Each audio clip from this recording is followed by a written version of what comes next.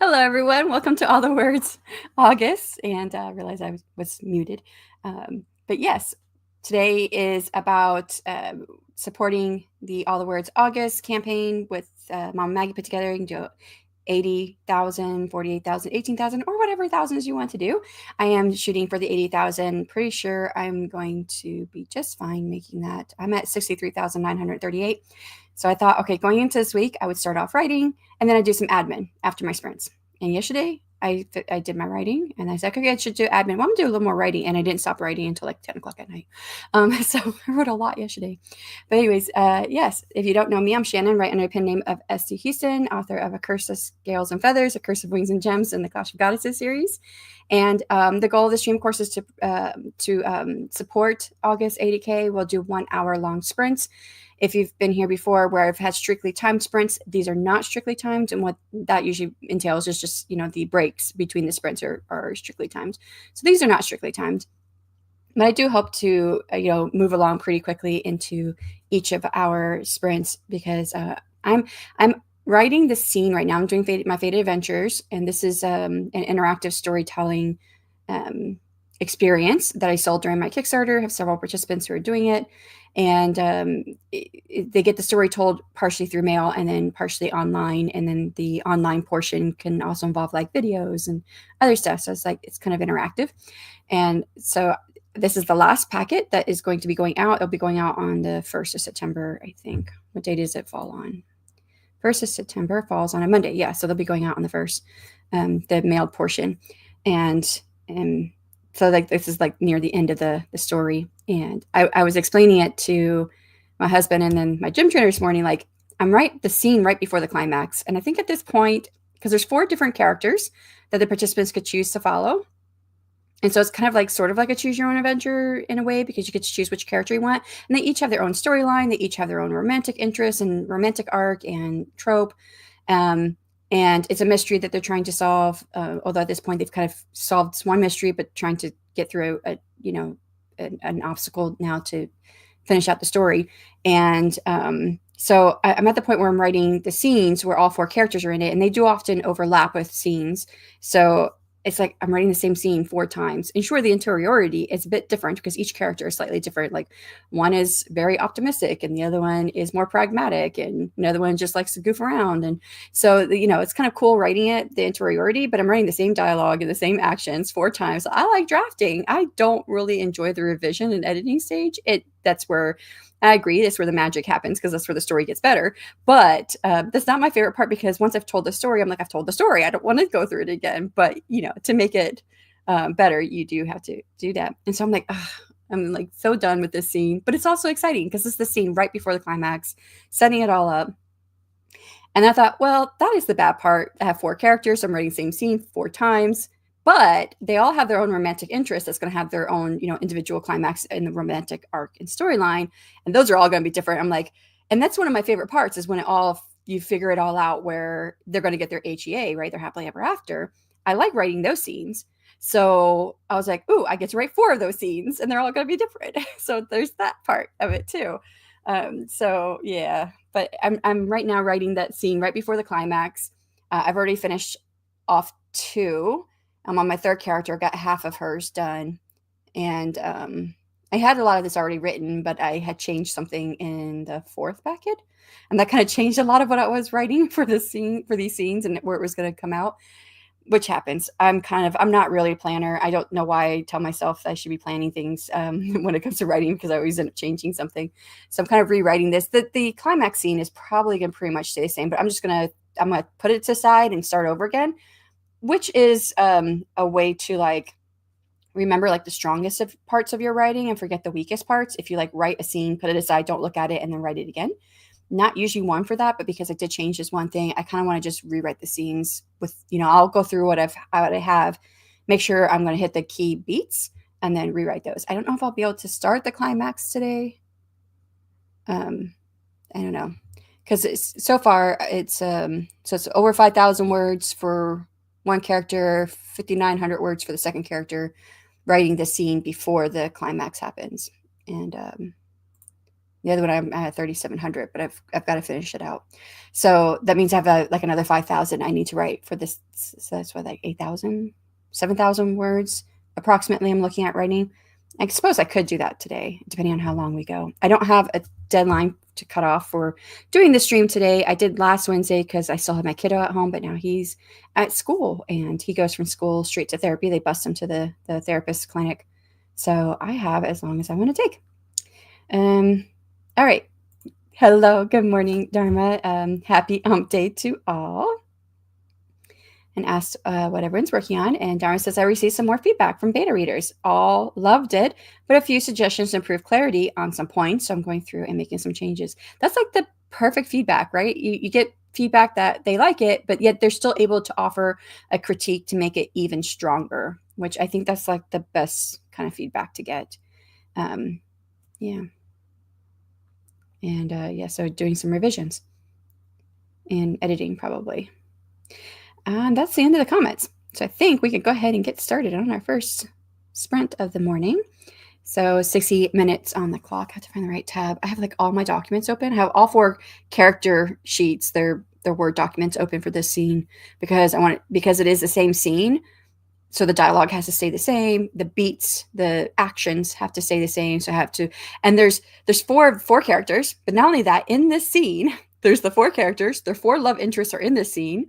There are also 2 side characters who are students, along with those characters. And then there's 2 faculty members because they're in an academy, and then 2 visitors. So how many is that? It's 8, 10, 14 people in the scene. And of course you can't like, one person's POV is not going to see all other 13 characters. But where they're standing in their room, I have to ensure that everybody's still standing in the same place from scene to scene to scene, depending on whoever sees what. Most likely characters usually, they might see what's happening next to them. They're not going to see what's happening down the line, because they're kind of in a half circle trying this spell out. So they don't see what everybody's doing. But yeah, I don't know what I was saying. Oh, trying to find the tab because it's locked behind all of my Word documents that are open. I think I can close that out. Okay, nope. This stream. Here we go. I'm there. Jocelyn just came in. Good morning. We're heading into our first sprint of the morning. I don't know how many sprints I'm going to do today. I have no time limit today, so I might be going for a little while, at least to, I don't know. I don't know how long I'm going to go. There's a part of me is like, Shannon, you have to do admin today. You did no admin. All you did was write all day yesterday, so you got to do some admin. And I'm like, I don't want to do admin. I just want to write. So, alrighty, here we go. In 3, 2, 1, and good luck.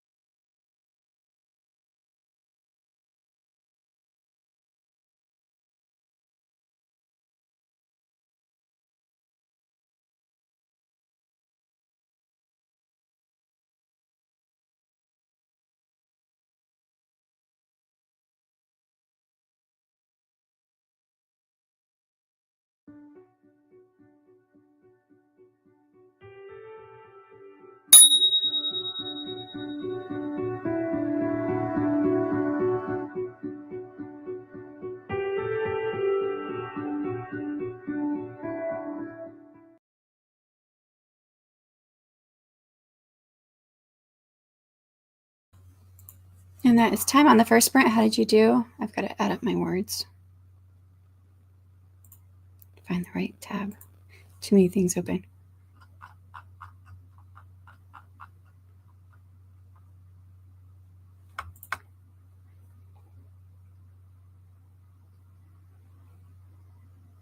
Okay, it's 1324. Minus 9. I'm just writing this down for those who don't know. I write down what I'm always doing when it comes to the writing process. So, all right, let's catch up with you guys, see how you're doing. Left off with Jocelyn coming in, and then, oh, Mr. Bland just showed up too. Hello, Ben. How's it going? Are you working on anything? And Emma, hello. Hi. How's it going? And Jocelyn says hi to Emma. Morning from Eva. Hello. Had a hard time waking up for this. Eyes didn't want to open. LOL. Are you getting anything done? Hopefully you're able to, now that your eyes are open, hopefully you're able to be productive in some way and get something done. How's your writing going? And Rachel says, good morning. Don't forget to hug the like button. Thank you. I appreciate that.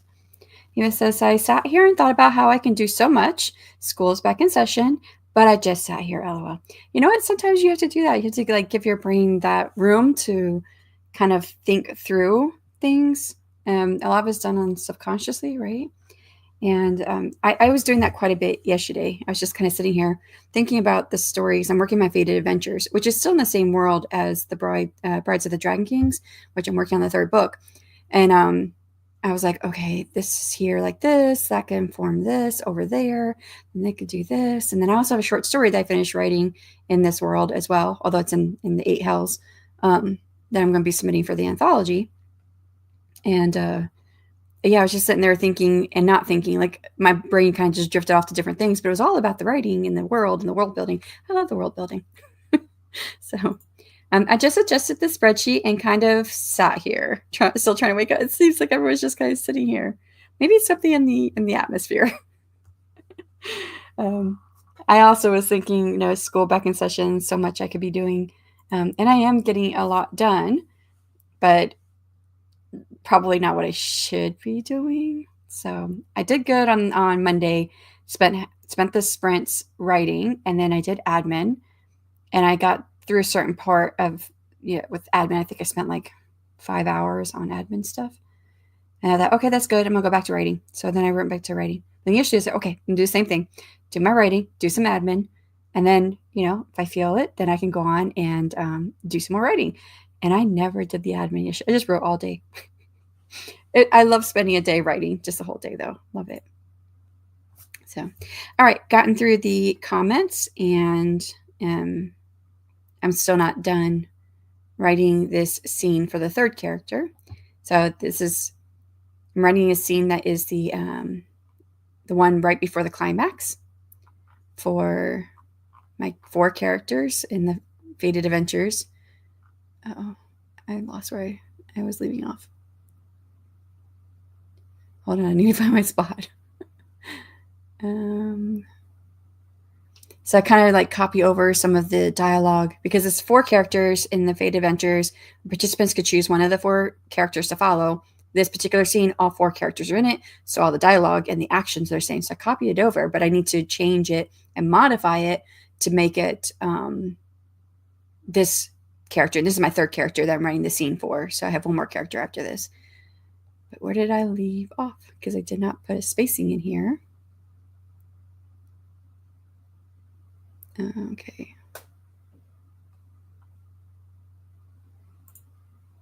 Okay, I found it. Now I put spacing here, so I know what is where I need to pick up off and pick up at, and start rewriting. So, okay, we'll get the next one up here. What am I doing? Hitting the wrong buttons. So if anyone has to leave out, thank you so much for coming. For everyone else, 60 minutes will be on the clock for another hour. I feel tired today.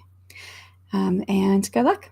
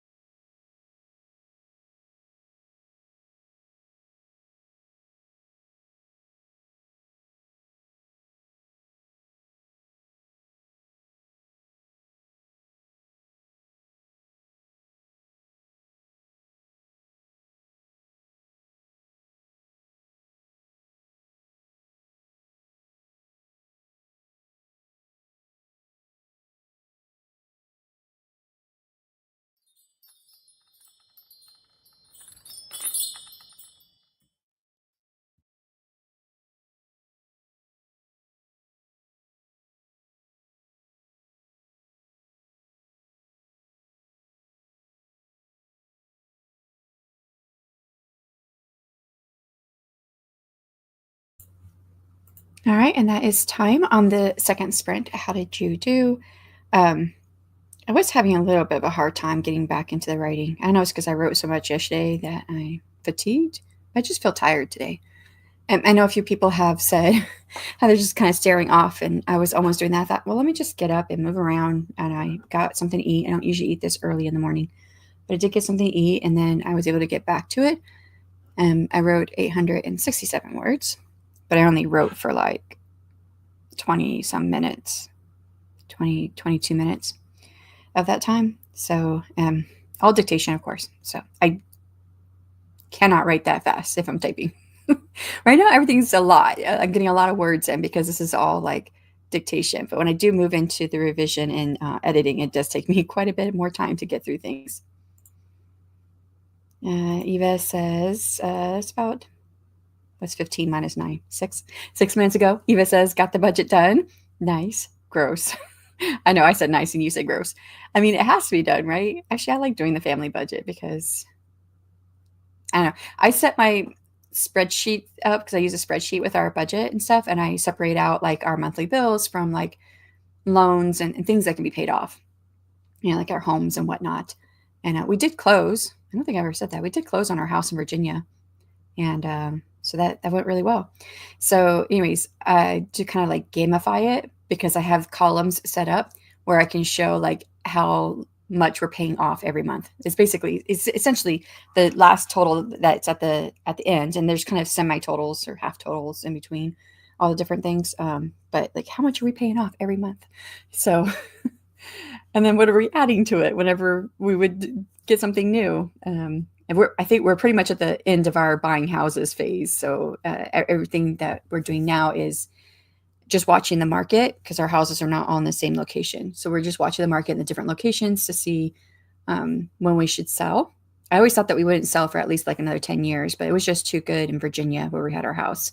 So went ahead and we got that going and got that sold, and we made some pretty good money off of it.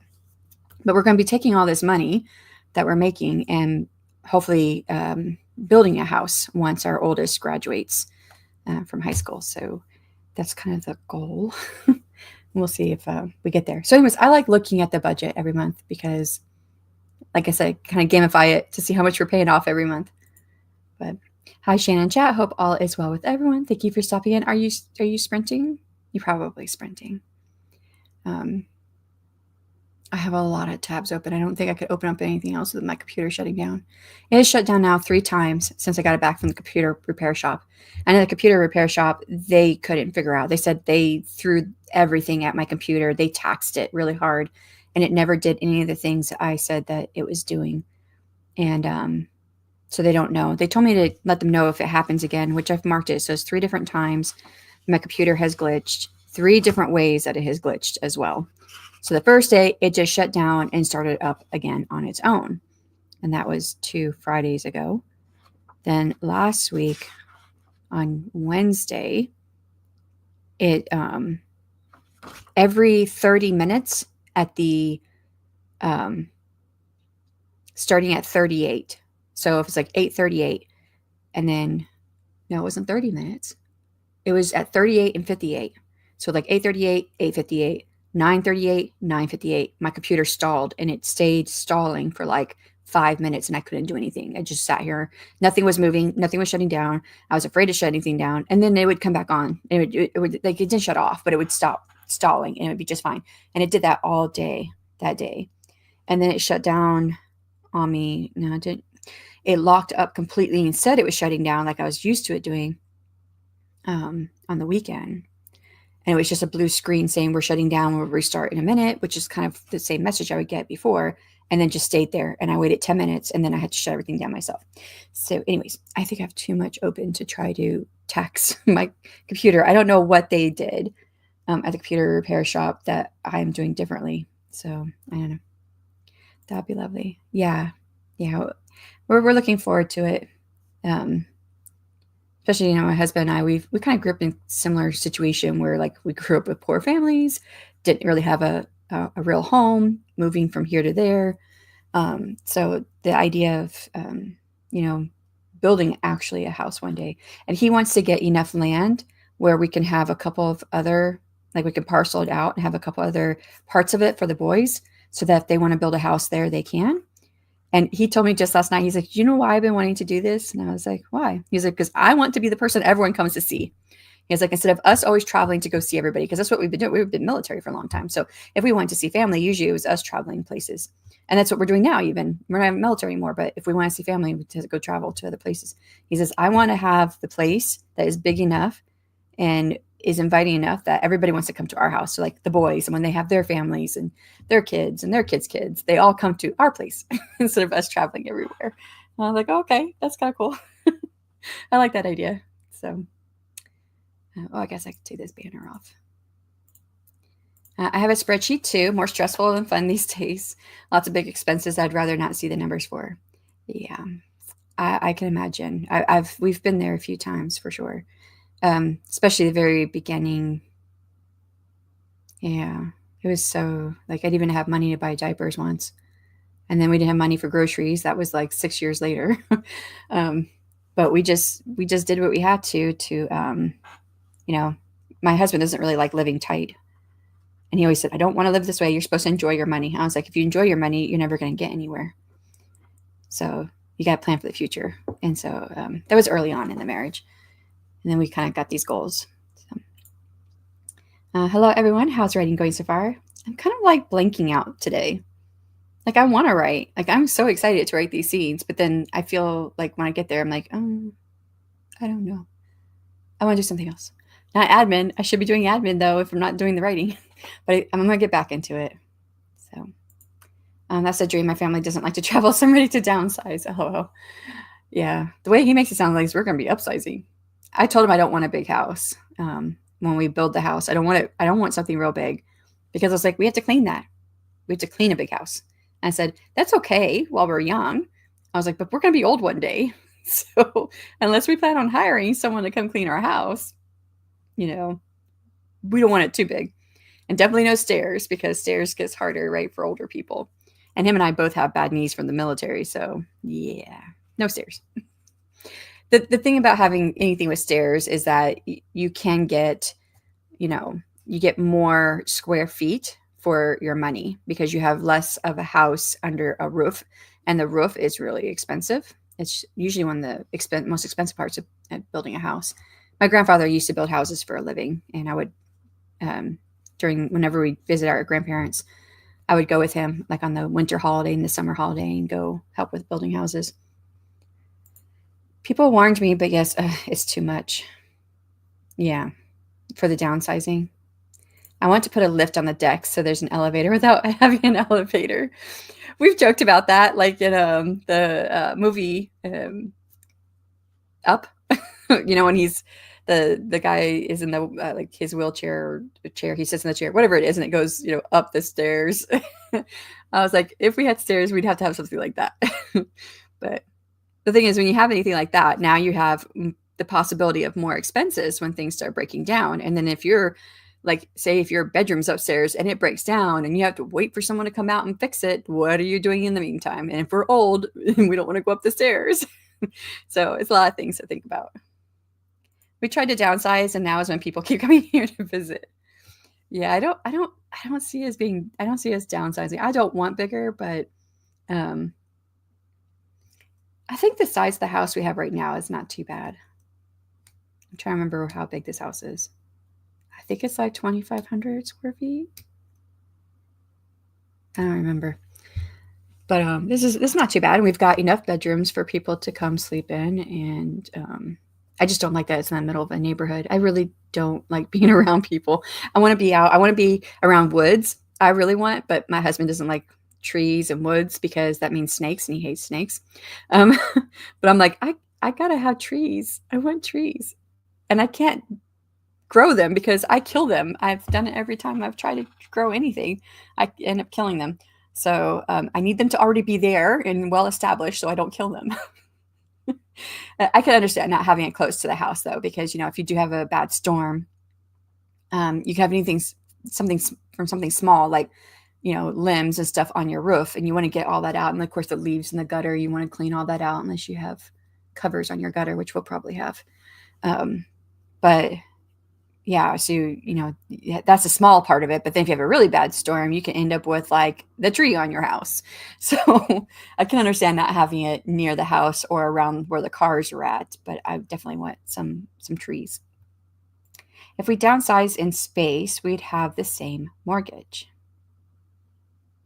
So, like, what you're saying is, like, the space that you have right now and what you're paying for it would be the same even if you downsize? So I'm working on decluttering and finding uses for the space other than for guests because only one person comes at a time. LOL. Yeah. I know that when we all used to live separate from my parents and we'd all come to visit, they only ever had 2 spare bedrooms in their homes. And there was always 3 of us. And that was always kind of an issue because then the third person had to sleep on the couch or on the floor or whatever. But we only have 2 kiddos. Of course, now they could have kiddos that could be multiples, but I mean, Jay's in a spot now where he could be having some kids, but I don't think I doubt he's even in that headspace because September next month is when he finds out his date of when they're going to ship him here because he got into the Green to Gold program. So they're paying for his college and he'll be kind of like a civilian during that time period. He's already been accepted into West Florida. It's Florida West and University, somewhere in those range. It's actually really close to our house. But I never go that way, so I don't ever see the campus. So that's actually in Pensacola, and so I don't go to Pensacola very often. But he's going to be going. So he's already been accepted there. He's just now waiting for the date from the military to send him. In September, he's going to find out that date, and like a week later, then he's going to go off to his training for the special forces he got accepted into. And I'm not really sure how all that's going to work because I don't know. I guess special forces do have officers because they'll pay for his degree, and then he will come back to the military and then give as many years back to the military as an officer as he spent in university. So, yeah. So he technically could be having kids, but I don't think his mind isn't there right now with everything he's getting ready to do. We have big trees by the house looking out back in the green months, and it looks like we're in the middle of nowhere.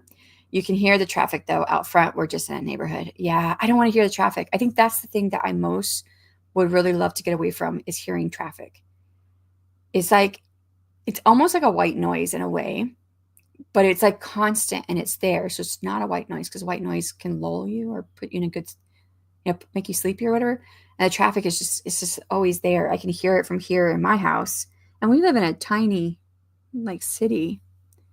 Our house in Kentucky was out in the country. We were in a neighborhood, but there was only like 24 houses, and we were at the end of one cul-de-sac.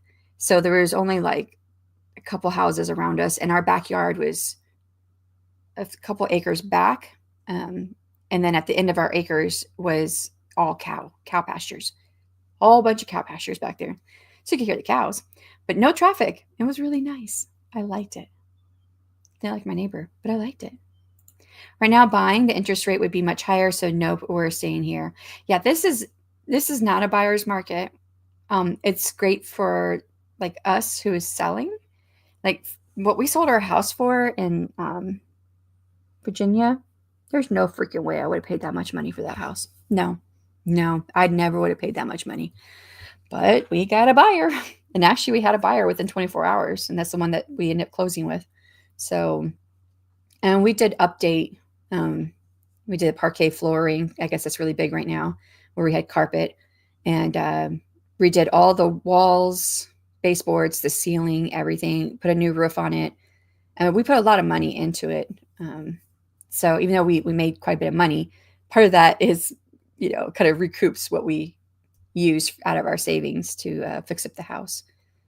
But our rate isn't great already. We could sell and get some profit, but the new smaller house would be the same mortgage price, and the profit from that sale isn't that much. Oh, yes, I can definitely understand that.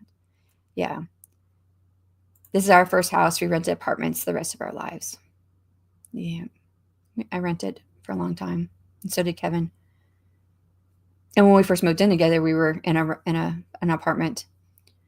And I had already owned my first house before we got married, but I had sold it. And I would just put the money away in savings because I knew I kind of had plans for what I wanted to do. So we didn't buy our first house. We moved in together 2006, 2007, probably end of 2006, 2007. Yeah. And then he deployed in 2008, and we got our house we closed on it a few days before he deployed. So that was our first house together. Before that, we just lived in apartments.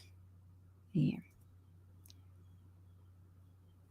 The thing that I always thought of, and I told this to my youngest brother never wants to get married, never wants to have kids, nothing. And he makes good money. When he was in the military, he did computers, and then he got out and he still works for the military, but he's an ethical hacker for the government. So he hacks different places for the government to show vulnerabilities, and he makes really, really good money with that. And for years I was like, Robert, you need to stop paying rent on places and go buy yourself a house. He was like, I don't need a house. I'm not going to have a family. I don't have anyone to leave it to. And I was like, you're wasting your money putting it into rent, because you'll make back better money. The money you put into the house, when you sell it, you're making back basically the money you put into it. But now with the way the interest rates and everything are, it's almost not. I think if I was starting out brand new right now, I probably would not even think about buying a house. I would just stick with rentals. So that's where the market is right now. He did end up buying a house. It took him several years before he did it, but he did buy a house, and he sold that one, used that money, bought a different house, and then he moved and got a different house. I think he still has that house. We're at the end of a neighborhood, but a belt line runs behind us and an interstate behind that. Wow. So yeah, you're going to hear that traffic for sure. Too bad you don't have a way to block it out with more force. We added a patio, hot tub, pergola, redid the bathrooms, new counters, and extra storage in the kitchen. So I'm enjoying it. I told him I'm tired of fixing places up to sell them. Yeah, I could see that.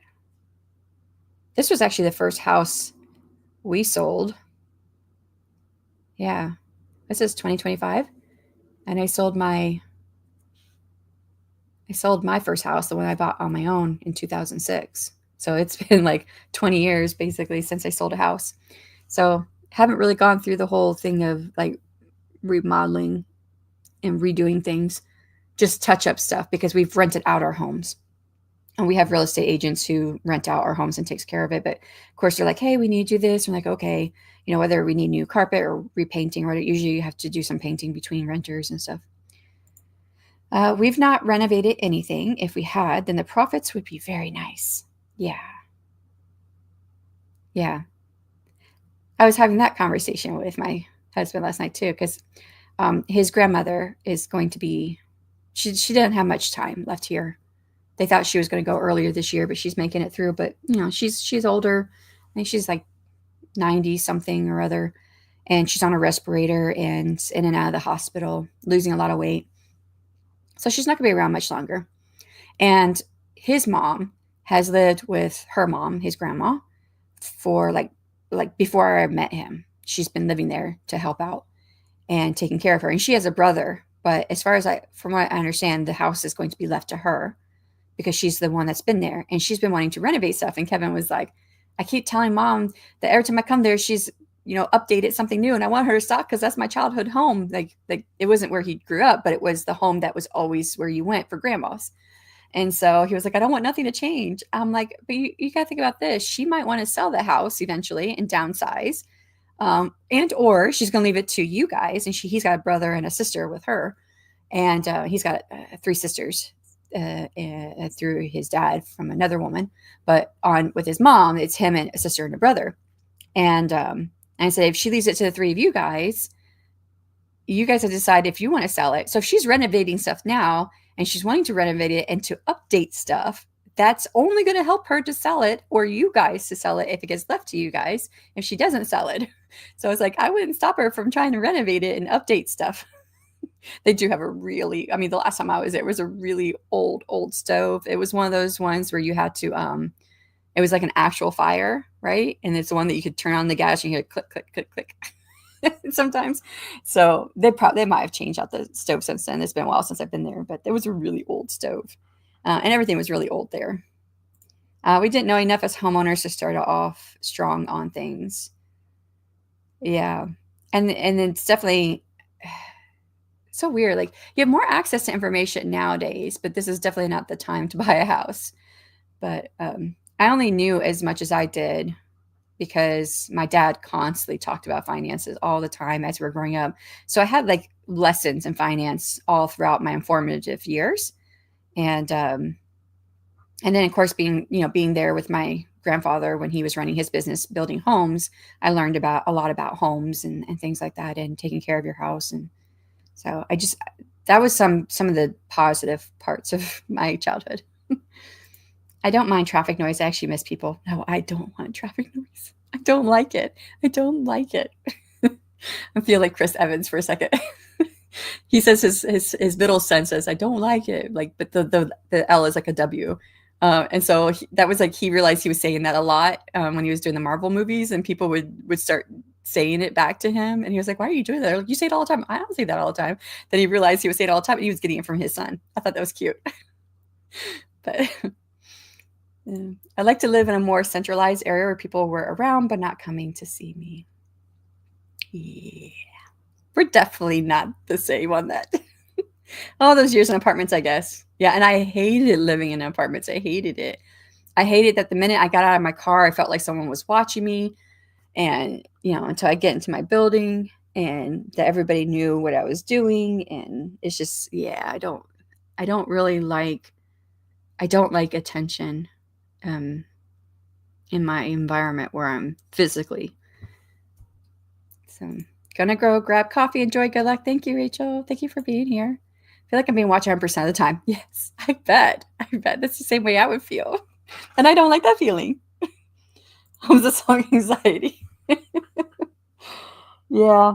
I think I've just gotten good at like blocking people out, but it doesn't mean it doesn't still like sink in and me feel it that people are watching me. I feel that way here when I go out the door. I feel like I can go in my backyard. I don't feel so much like people are watching me because we do have a high fence, but there's a couple houses they're higher up in level. And so I know they can see into our backyard. But yeah, going out the front door, I feel like everyone's looking at me. And the thing is that I am that person that when I feel people looking at me, I stub my toe on something, I trip on something, I drop something. In the last week, I've spilled my coffee twice on me going out to my car. One was when I was going to my son's open house. That was last week.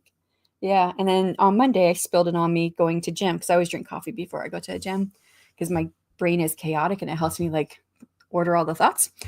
And so I spilled coffee on me, and it's because when I went outside, I could see the light on in the house across the street from me, and they don't ever have their light on in the morning. And I was like, "Oh crap! So someone's watching me," and I spilled my coffee on me. So I'm that person that does that. So I really don't like it. I'm tired of dropping stuff. My phone, I can't get a phone and not have it cracked. I mean, my phone is always cracked because I've always dropped my phone. And so drop my keys, drop my phone, drop something. Oh, I've dropped my keys. My car alarm has gone off. Yeah, that's me. So yes, I don't do well when I feel like I have people watching me. So alrighty, I'm gonna go ahead and get into another hour-long sprint. For anybody who needs to leave out, thank you so much for hanging out with us, and for everyone else, we'll get going in 3, 2, 1, and good luck.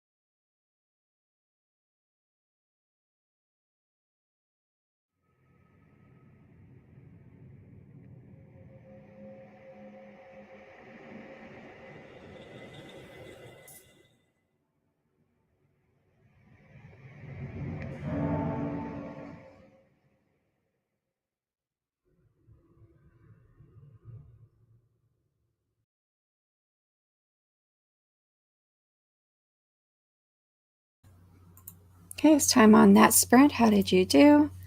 I wrote 2,653 words, all dictation. Oops, forgot to delete my time here. But yeah, making progress. I am now on the last section of the last scene of the scene part. I was writing the scene that is the scene before the climax, but I kept saying this is a scene. There's like multiple parts to the scene, which is probably really more than one scene, because there's like they're in a training kind of like montage, so it's kind of like summary over a few days to an actual night where they're failing and they're told to go rest up for a couple of days and then they come back, and then it's the whole thing of like where they're standing and lining up because they're doing a magical spell, and what each person is doing, and then of course then finally they're able to do the spell and what happens with the energy they create, to then it's celebration, and then it's to leaving that area and then talking about things and then figuring out the next way forward. So there's a lot there. So the last part of that scene of where they're talking about things and the way forward, I was like just finishing that up, and I have a little bit more to go. I have to finish writing that part, and then I'll be done with this section for the 4 characters, and then I can move on to writing the actual climax. I think that's what I'm going to do next. I think they're going to have like an interaction with somebody first. Like each individual character will have their own individual action with somebody, just a talking scene, and then move into climax. And I've been toying with like if I should make that 2 different scenes or if I can just go from one to the next. I think I'm going to go from one to the next. I'll put it all together in one like write up. So I think that's what I'm going to do. Okay. Left off, we were talking about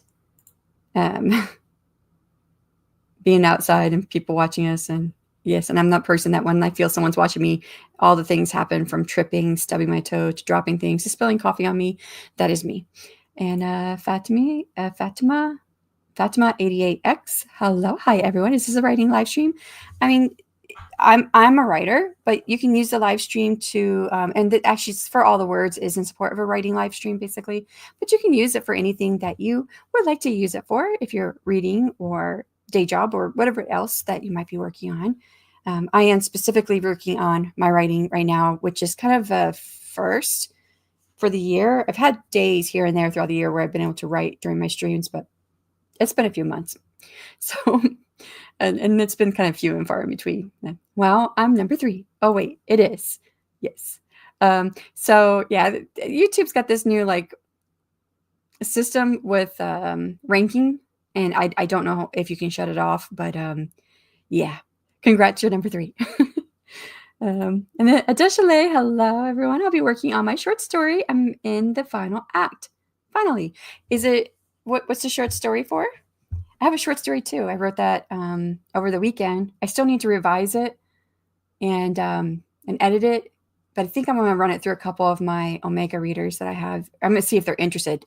Just because I say I'm going to run it through doesn't mean it's going to happen, because they may not have the time, or they may not be interested, because this is for an anthology that's this month for the Author to Burning Conference anthology. That's where I want to get it submitted. And Morgan, hello. Hey, how's it going? Are you working on anything? Yeah. So I am working on the, sorry, I was just reading the next comment.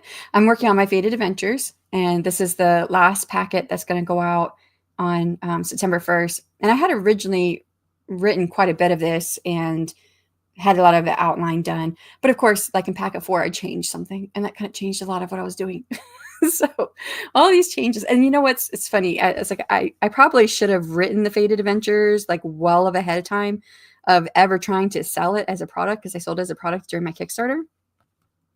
But I had this idea for what I wanted to do on my website to be interactive with readers, and then learning about the mailing part, doing, having the story through mail. I was like, oh, that's like the other part of what I needed to make this work. And I was so excited by it that I wanted to throw it into my Kickstarter, and it was almost last minute, because I think I decided it like in November I was going to do it, and my Kickstarter was in February, at the end of February.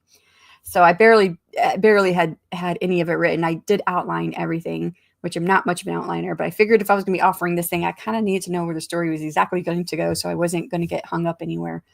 And now that I've written, I'm almost done with them. I'm like, oh, I should go back and add like this part to it. And I should like reinforce this a little bit more. And I mean, there's one thing, like I've known it was there the whole time and I've never brought it up because I couldn't figure out where to bring it up at. And now like I know where to bring it up at. And now I'm like, I should make sure I include it from this point forward. And I'm like, with the people who are getting the story, they're not gonna be like, wow, I didn't know that. Why didn't I know that from the beginning? And I was like, but yeah, it's a thing. So um, yes. Additionally said, it's the same fantasy, romance, romantasy, or however it'll be defined story I've been working on. Okay. Which was supposed to be a short story. So you're not short story. I did a short story as a stretch goal for my first Kickstarter. That was in 2023. And I ended up calling it my not short story because it ended up being 72,000 words. So yes. That's what it sounds like where you're going to be. JC, hello. How's it going? Hello, everyone. Hi, JC from Adeshley. I'm working the day job right now and struggling to focus. I think that's a focus day. It's not a focus day for a lot of people. I think there was 2 people earlier in the comments, both said not in the same words, basically that they're just kind of staring off in space. And that's been kind of me too. I've been like struggling to make myself focus, and I've had good sleep. I've got my coffee in me. I went and got some food just to get up and move around so I can make my focus. And I'm not doing too bad with the focus. I mean, I've written quite a bit today, but yeah, I think it's a thing. I think it's something that's going on. I know we're past the full moon, but we're really close to the full moon having just happened. Probably 3 or 4 days, maybe. I don't know. Yeah. Hi, JC. Hi, Morgan. Hi, Adeshley. Lots of highs. Oh, yes. I've passed the 80,000 word mark. Yeah, that's not your short. That's a not short story for sure. That's almost going to be a not short story or novel. It's going to be a doorstopper. So I want to write faster, though. Yeah. I've been writing a lot for the last couple of days. I'm like, wow, I write a lot. I think I was just under 30,000 words for the week yesterday. And I was like, I write really fast. And I was like, I had to remind myself, I'm like, oh yeah, that's right, Shannon. Because that's because you're brainstorming and drafting. When you're brainstorming and drafting, you get tons of words. And then you move into revision, and a 30-minute block of work time is like maybe 125 words because it takes you forever to go through and revise and edit stuff. And I was like, yeah, I'm going to, have to balance this out. I'll have to remember how good I feel right now with the word count when I'm doing the revision and editing, and it's small little word counts. So, but I only compare me to me because we're all different, but I do compete with myself. So, yeah.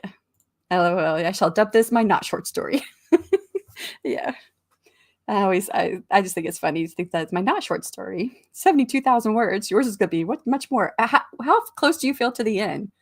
Like if you've just passed the 80,000 mark, are you near the end? Are we like near the end, like in the next 5,000 words? Or are we near the end, like in the next 30,000 words? Because yeah, you may not know, but I know sometimes I don't really know. I'm like, I feel like I'm near the end. I kind of feel this way actually with my work in progress novel. Gosh, I am at 111,000 words, my work in progress novel. And I know there's like a scene here or there I need to add earlier. And I feel like I've just got to the halfway mark. And I'm like, I do not want to write a 200,000 word novel. I just don't want to. I don't want that. And I'm like, what can I do? What can I do? Because I have asked my Omega readers about it. I've got 3 who are reading the chapters, and I've told them, I said, this chapter, I'm not really sure if I should keep it because maybe I don't need it. And I'm trying to figure out where I can cut stuff because I think this novel is getting too long. And every time I say that, they all say the same thing. They're like, no, this chapter does this and has this function and you need it. And they all tell me the same thing, like, that it doesn't feel like it's a long novel because you get through it so fast. Like you read a chapter and you're ready to get into the next chapter, and you read that and you're ready to get to the next chapter, which is good that that's happening. But at the same time, I'm like, having a 200,000 word novel, we're talking about, the cost of printing. It starts inverting. The more words you have, the more pages you have, the less money you're making that you could be potentially making with a shorter novel. And so 100,000 is like ideal, but the last time I wrote 100,000 novel was like 5 books ago. So yeah, I'd say 10 to 15K-ish. Yeah. But this story was supposed to be, I don't know, less than 15,000 words originally. Yeah. I think my original not short story was supposed to be right around 15,000. I think that's what I figured out. But it didn't end up there. That's encouraging to hear. Read people wanting you to keep those sections. Yeah. I mean, I have to balance that in my head too, because they're Omega readers for a reason. These are 3 readers who love my work and they want to read whatever I have going on, even when it's in its most raw state. So that means they are more predisposed to like the writing, I think, because they've already liked my writing. So I don't know. Human psychology is trying to figure out, like, do they feel that way because they're already predisposed to like my writing because they've already been there and they have asked to read what I'm writing knowing that it's raw, or are they saying that because they truly like the work? I don't know. And I could try to base it off my own thoughts about my writing, and this is the most positive I have felt about a novel at this point in its writing than I have felt about any of my novels. Usually when I get to the halfway point, I usually don't like my writing, and I'm wondering why the freak I thought I could write and be a writer. So, but I don't feel that way with this novel. I feel pretty good about it. But then I'm also thinking about the psychology behind that one. Do I feel good about it because I am putting chapters up chapter by chapter and I have readers reading it and I'm getting like that dopamine hit of them reading it. And I'm like, oh, it's really good. They keep on reading. Or is it good? Or do I feel positive about it because it's good? I don't know. Y'all, I think a lot in my head. My mom used to say I'd drive her crazy if she ever thought the way I thought. But I do think a lot of things in my head and think, well, it could be this, but it could also be that. But what if it's this, which is the same thing I do with my stories. Like they could do this, but they could do that. But the motivations of that person is this, so they could be doing this instead. I'm curious about how I do make a decision because I think of every possibility. How do I go with a decision? Like that's not an issue for me. Like I don't have that, what do they call that? Indecision, something or other, procrastination, decision procrastinate. I don't know, whatever the word phrase was. I don't have problems. Like once I hit on the idea that I know that's going to work, I go for it. But I do think about all these different ideas and possibilities. So how do I make that in my brain? How does that work in my brain that I'm able to like narrow it down? Like, yep, that's what I'm going to do, and I do it because I know that is like an issue sometimes, not for a lot of people, but I also do have that issue like in other parts of like the admin portion of my other business. I'm like, I could do this, but I could do that. I don't want to do that. I'm okay, forget it, and I don't do any of it. So the freak out, so real. Yes, it is. It is. I've had it with every book except for this one. And I wonder, okay, what if I lost my Omega readers? What if they all said, I can't read any more chapters because I haven't written another chapter in like 2 months and put it up there. And I've got a couple emails and I just told them I was really busy and I'd get to it. Hopefully, I thought I said hopefully July or August. We're in August and so I haven't done it. But I was like, if they don't continue, then if I start freaking out, then I'll know it was a dopamine hit that was making me think positively about my book. But anyways, there we go. Y'all get a preview of my chaoticness in my head. That was the last comment. Let's go ahead and get to the next sprint. If anyone has to leave out, thank you so much for coming. And find the right tab. For everyone else, start another hour on the clock. We're at 11:52. Okay. Another hour on the clock. And soon. Nope. We're going to have interruptions.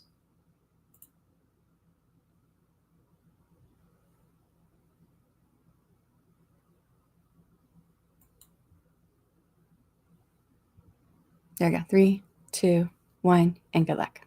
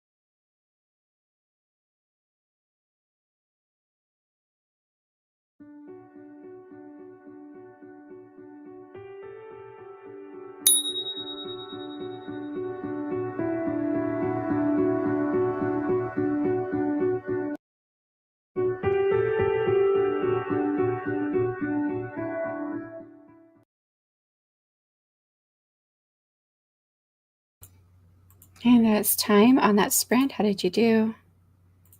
And like right at the end, I was like, oh, I can hurry up and finish this. I was like, oh, wait, I don't like this paragraph. I think I'm going to move it somewhere else. I don't know. I gotta find the right document. There we go. And then I can figure out how many words I wrote.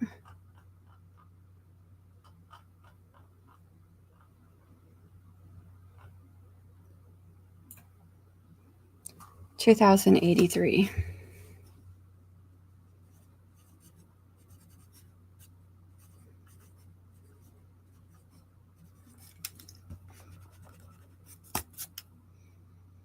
It's 3 minutes shy. So I don't always get going right at the time that we start the sprint. So I always write down the actual time it is when I start. It was 11:56. It's 12:53. 3 minutes shy of an hour. 57 minutes. Okay. All right, let's see how you guys did.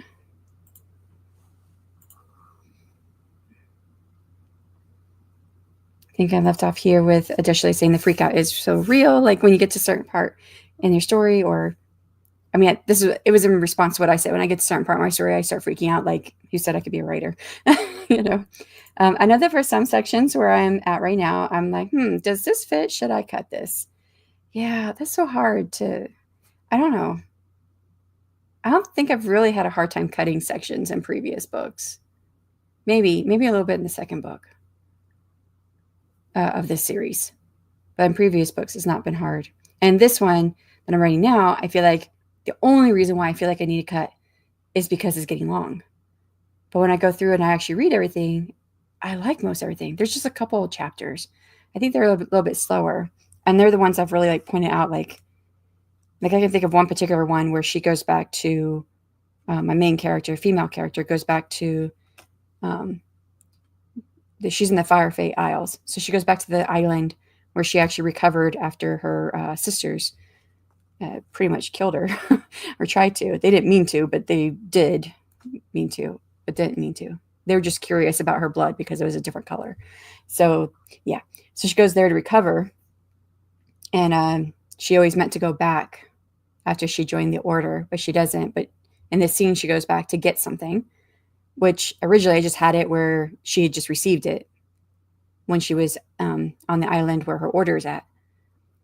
And you learn a little bit of backstory. You also get a little bit of backstory about her best friend, which is actually kind of setting up for the novel that's going to go with this one when I do the Kickstarter, Feast of the Blood and the Broken, because that's the origin story of my vampires. And I have a female that's the origin story of the vampires. A lot of her interaction is going to be with Nira's best friend from this book. And knowing his backstory is important because that's how they get connected, him and the first vampire. So they actually both come out of the same kingdom and same royalty line and stuff. So I thought, I don't really need this. And I also use that chapter to show what she could do with her cards. And so in my world, I did take on, I have Fae. I didn't take every like rule you can find that go along with Fae, because there's like certain things that are like tropes that go with Fae. I don't know if tropes is the right word. And I don't have all of them, but I do have a lot of them. And like Fae are supposed to be like beautiful and tall and graceful. And, most of the time they're immortal. They can't lie, which mine can lie. So that one's not one that I kept. They also, in most cases, they can be hurt by iron. Well, she's not fully Fae. There's actually a curse on her blood, which is what makes her blood different. And it also makes it where her blood actually has iron in it. So she cannot be hurt by iron. And so actually where she recovered as a child when that happened with her family was with a couple. And one of the females, she uses alchemy with different elements to create things. And one of the things that she helped create for Nira was her first deck of cards that was actually made of iron.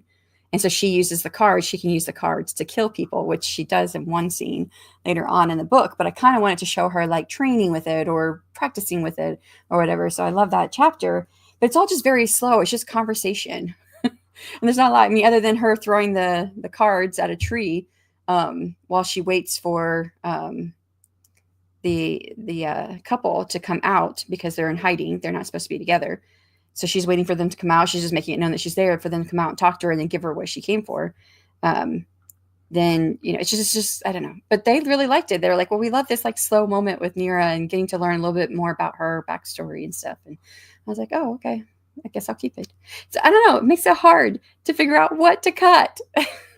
I don't know. In part because I've been listening to craft books while writing. Oh, so listening to the craft books has interfered with what you should cut. So I don't know, but I know I definitely would be happy if I got feedback like, yeah, keep that. That would definitely be helpful. Did we do Story Grid? Or I think that was with somebody else. I did Story Grid. Story Grid by Sean Coyle. Or did we do Story Grid? I think we did do Story Grid. You have to let me know additionally. Hold on. I'm like trying to not click in the wrong place and play a video. We did Story Grid. Okay. So, Story Grid has a YouTube channel. I don't know if you know that, but they do. And I've watched a few things over there, but I'm not like, I actually don't really have time to watch a whole lot of things. But every now and then I watch this one lady. Hold on. I don't know if this is it. Sorry, it started playing. Okay, so I'm like 27 minutes into this 43-minute episode. So the Nonsense Free Editor is the name of the channel, and she's a writer, and she's kind of grown big in the last few months. She reminds me of like a lawyer, and I don't know if she used to be a lawyer, if that's where I'm getting it from, but she weighs in on a few things. Like one of the things that she weighed in on was like how men's literature, that there was a thing going around that men are not really reading anymore. That's mostly women who are reading. And she kind of had a different viewpoint on that. And she, put out some of her reasons why and stuff. And that it's, what she said, I kind of found out some other people were saying as well, which is like, well, these publishing houses have been gearing all the writing toward women. And it's not that men they're not reading. It's that they don't have the books that speak to them. There's not as many books out there that speak to them as it used to be. Anyways, it's long story short. I like her. She has the guy on, Tim Grawl, who works with Sean Coyle to do the YouTube channel, Story Grid. He's got a Story Grid shirt on and talking about, I guess there's some world building drama going on right now.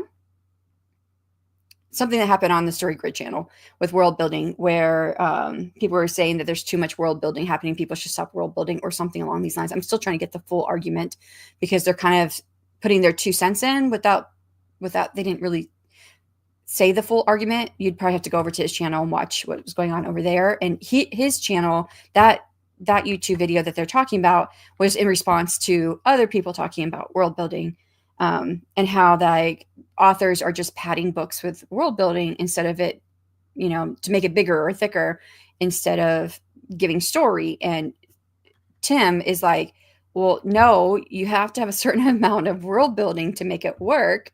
And so he, kind of had a different opinion on this. And I guess he actually reached out to this channel and said, hey, would you bring me on to talk about this? So I haven't got all the way through it. It's interesting, though. Interesting ideas. Anyways. I've had it before, and it's always reassuring. That said, I understand trying to balance the input you get if you have Omega readers. Yeah.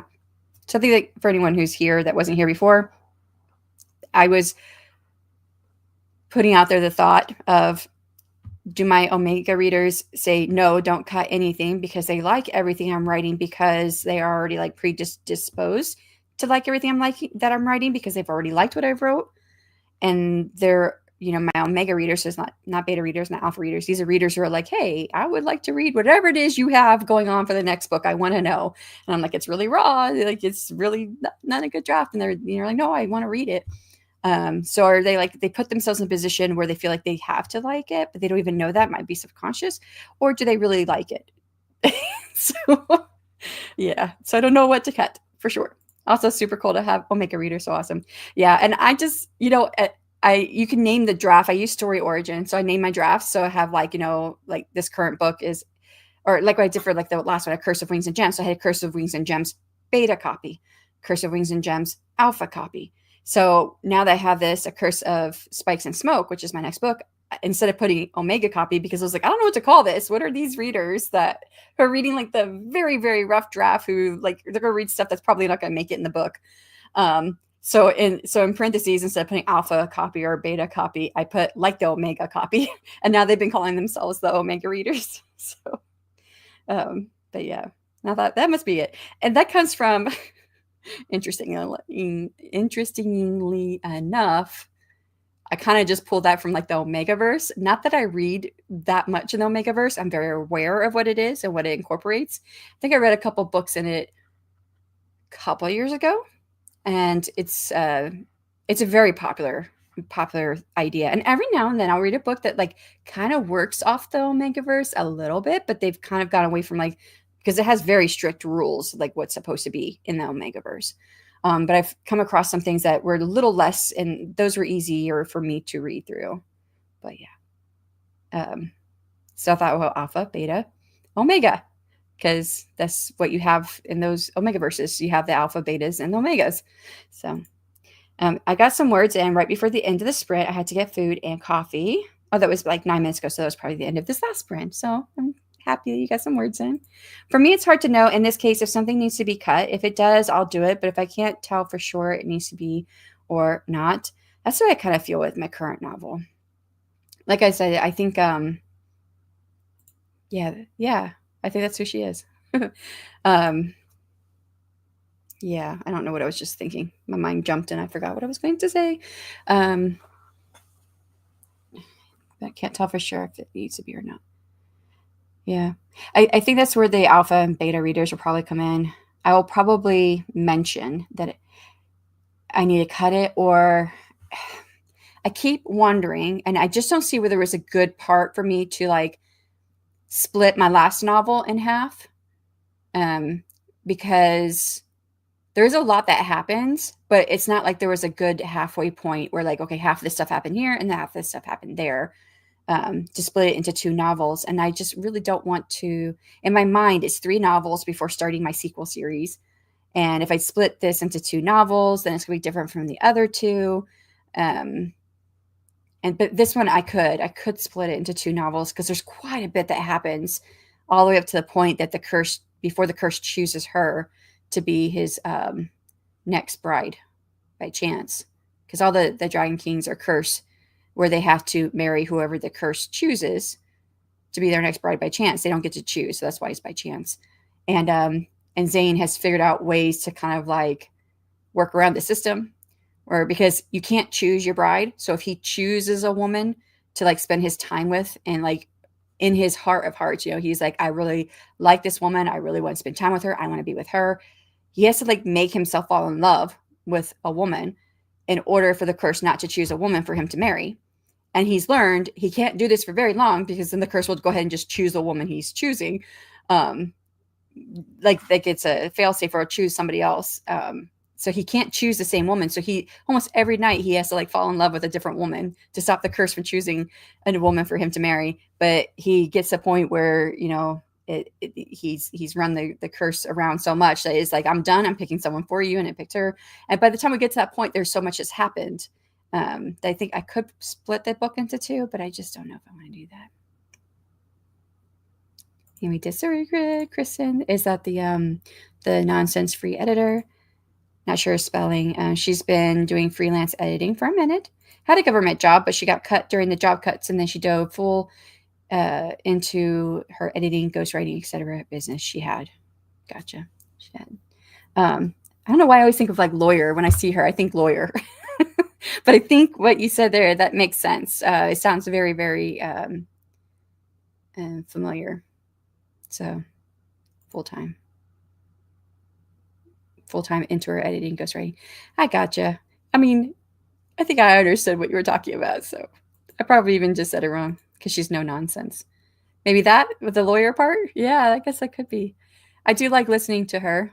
I don't have time all the time to listen to YouTube videos, and I can only really do it if I'm doing admin or other things. If I'm writing, I can't listen to it. That's why I'm stuck at like 27 minutes into this video, because I start watching it this morning, but now I'm writing and I can't watch it while I'm writing. So, but yeah. Alrighty. Well, I think I'm gonna do one more sprint because that way that'll let me finish up this scene and then start brainstorming how I want the climax to go, because that's the next scene I'll be writing for all 4 of these characters. And but I would like to just go ahead and finish up this scene before I end. So one more sprint, one more 1 hour on the clock for anybody who is still here. For anybody who has to leave out, thank you so much for coming. Hopefully you got words or productivity, whatever it is you were looking for. Gotta find the right tab. Here we go. And so 1 hour on the clock. There's another one after this. That's an hour. I think so. I think this, yeah, this is an hour. Okay. Good luck.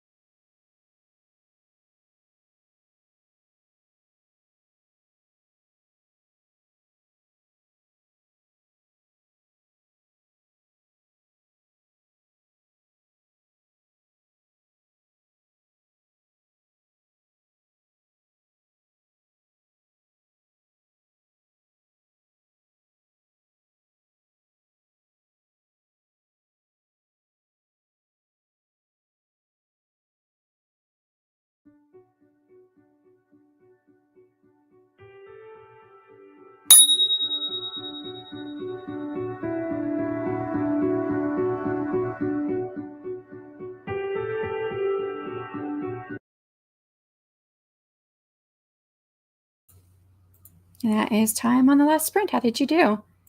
So I finished off drafting the rest of that scene, started some brainstorming notes.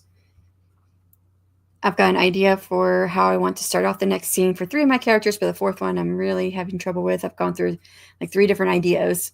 Like, okay, well, that doesn't feel in character, or that feels contrived, or I'm like coming up with all these excuses about why my thoughts are not working. So I'm like trying to figure it out. But altogether, 2213 words, 2,213 words. So let's see how you guys did. Talking about, yeah, still have it up here. The no nonsense free editor, who is no nonsense. Going on to that last sprint. And then Mom Maggie came in. Hello, lovelies, lurking. Nice for the lurk. Thank you so much. Good afternoon from Greenwood. Hello. That was actually the last sprint. So you caught us just in time to say hello and goodbye. And nice. So yeah, I've written a lot of words. It's all like brainstorming and drafting for the last few days. And as I was brainstorming for this next scene in my Fated Adventures, I went back to the parts I just finished drafting, which I've been drafting over the last couple of days.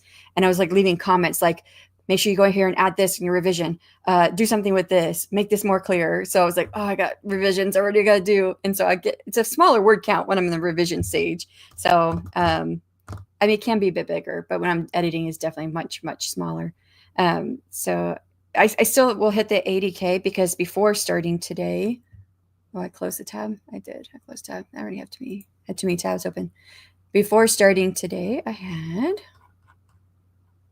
63,938 words, and I don't know how many words I have, but it looks like it's 7,000 or 8,000 words so far. Maybe 10,000. There's 1,023. 528, 31, 42,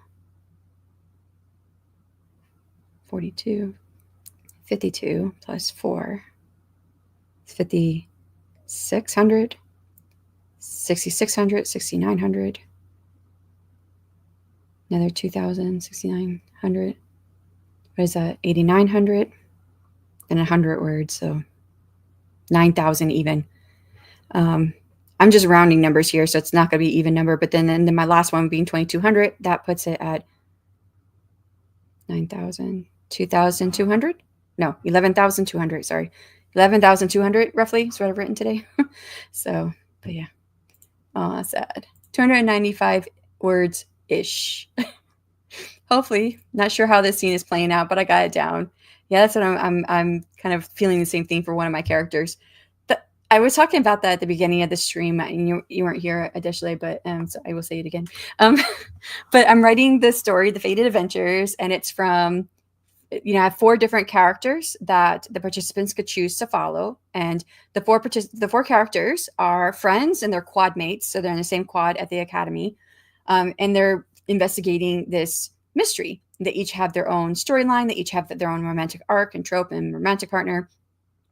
So as I'm writing all 4 storylines, it's like I'm writing 4 books essentially.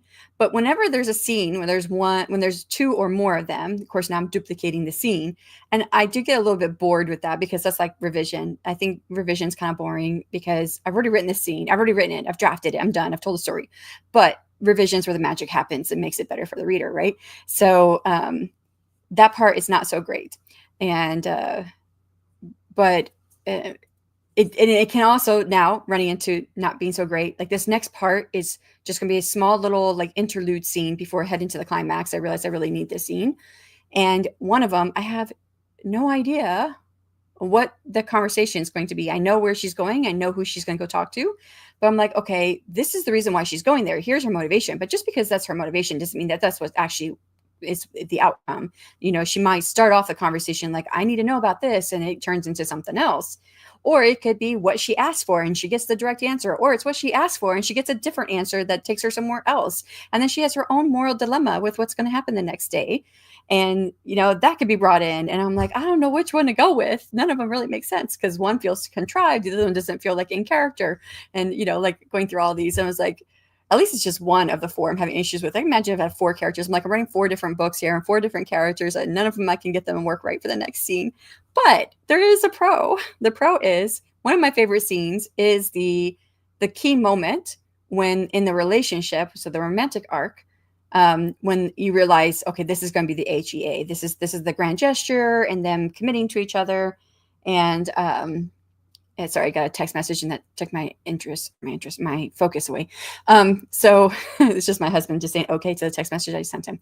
But yeah, so that's like one of my favorite scenes to write is that moment, the grand gesture and them committing to each other or whatever. And that could be two separate scenes or whatever. But in this, because it's shorter, it's one scene. And I'm like, ooh, I get to write four of these now. And I really like this scene. So, but that scene's not coming for 3 more scenes. That's going to be probably a next week scene I write. But I don't know, or maybe weekend.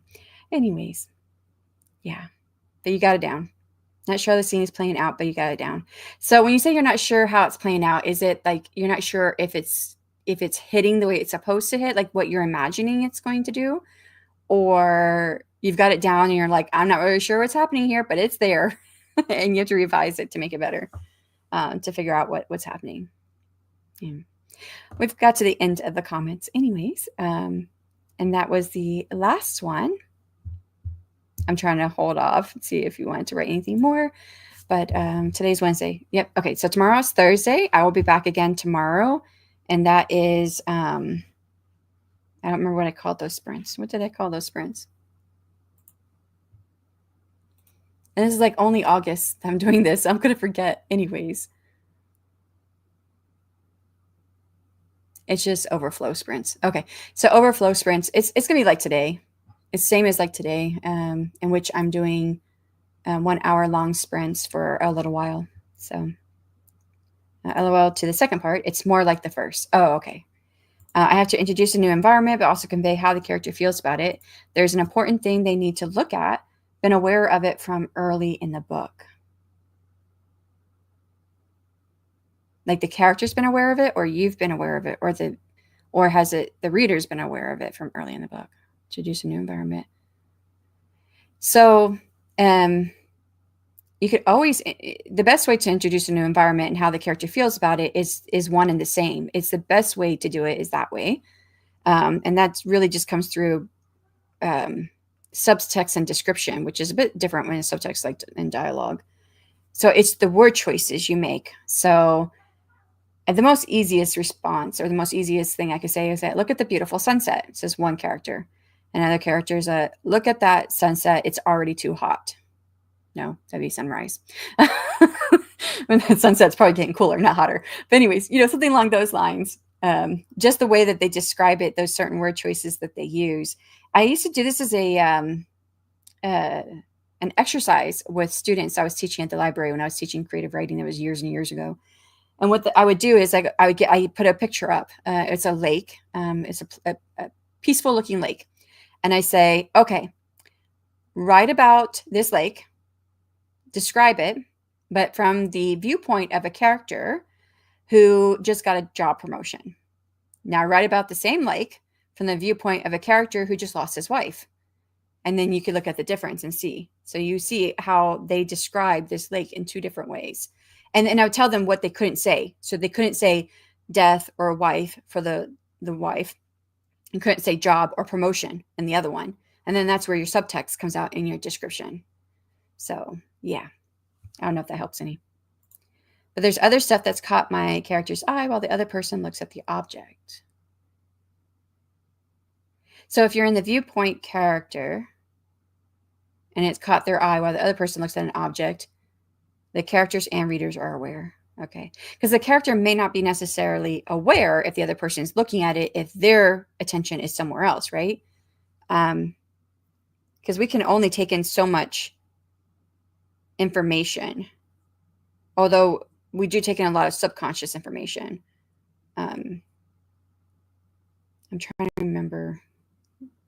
I can't remember it, but it's an article I read about it. But this kind of like the same idea when you have like a lot of stuff happening in a scene. If you are tight in on your character, so if you're not writing omniscient, or the opposite of limited, third point of view, then there's only so much they can see.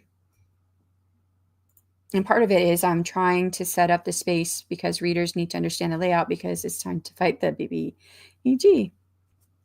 I think you were the one who taught me what the BBEG was because I was like, what's that mean? And you told me what it was. And I was like, oh, I was like, I don't assume that you made that up, but I had never heard it before. So I was like, did he make that up?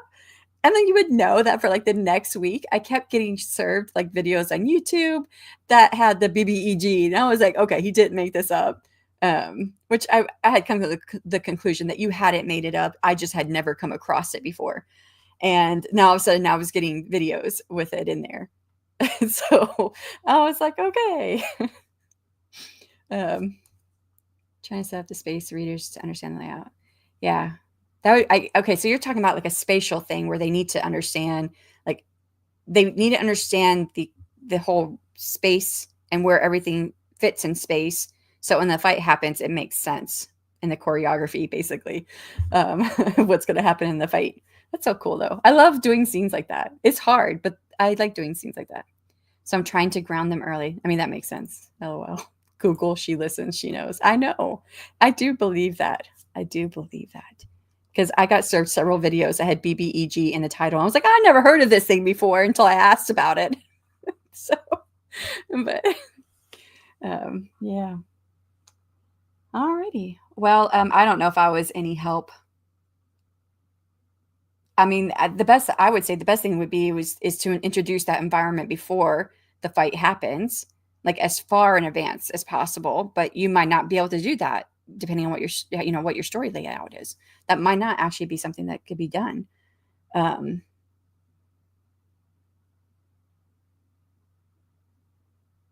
you could still do it in relation to the character, like I don't know if you have like a high ceiling and the character's like 5 foot and the character be like, oh, it's like two of me before I could touch the ceiling or something along those lines. That's just something I'm making up on top of my head. So that way it's coming through the sensory input of the character. So you don't have to, because I think that was right what you were mentioning. So it's introducing a new environment and how the character feels about it. Yeah. So if you do it, the sensory input through the character, how they view the world, that could take care of both of those. Because then the word choices you have in there, like, man, that ceiling is tall. I need two of me to touch it. Or man, that ceiling's not too bad. I could jump up and touch it or something. I don't know. Something along those lines. Something like that. I don't know. So it was helpful. Oh, good. Because sometimes I'm like, I just start talking and then I don't even know what I was actually answering. And then I always have the thing that goes through my head is like, was I actually helpful or did I just talk about nonsense stuff that just went way off track? So anyways, alrighty. I will be back again tomorrow. We will have the 1 hour sprints that go kind of long in the day again, although I will not be on screen tomorrow. I'm just on screen for the in support of the August80K-48K-18K. So just for something a little different. I don't actually really like enjoy being on screen. So but I like being here with all of you guys, and that will do it. I'll see everyone later and have a great day. Bye, y'all.